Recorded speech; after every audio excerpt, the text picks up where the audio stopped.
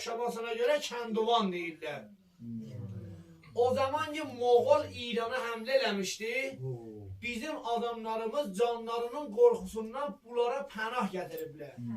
Bunlardan 3-4 metr qazıblar, görüblər bunların içi qışda issi, yayda sərin olurmuş.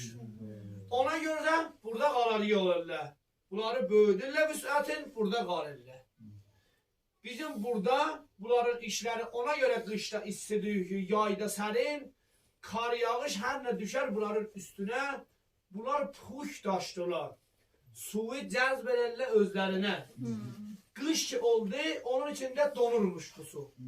O ki donur, bunlar məsəl qar əməl edirlər. Xob, ona görə isti olur. Yayda o buzlar suya dönürlər, bunların işləri elə bir kuler qazı qoymuşsan. Sərin olur. Ona görədir. Sözümü yetirə bilirəm mən sizə. Burada mərdum 200 xanı vardı. 850 nəfər cəmiyyəti var. Buranın. Bizim burada əcdadımızdan kullən bizə bunlar irsi yetişiblər. Bunlar furuş olmaz da alıp satmaq yoxdur burada.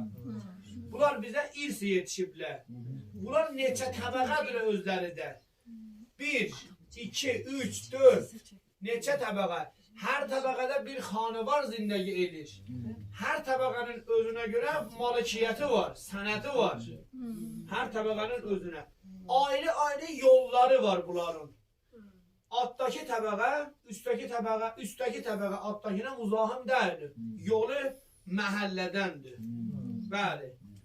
Burada bizim məhsulatımız baldır, sarı yağdır, doşabdır. Bunları biz özümüz tolid edərik bunları. Hatta mağazamızda, dükkanımızda satarıq. İstəsiz də soğuqat aparasınız. Bizi qabil bildiniz. Əgər mağazamızda həmə şey var. Gedərik orada bir çay, dəmnuş içərik, ot çayı. Siz də hər nə istədiniz, mən sizin xidmətinizdəyəm. Gene sizin de her ne sualınız oldu Kəndivanın üçün, mən sizin xidmətinizdəyəm.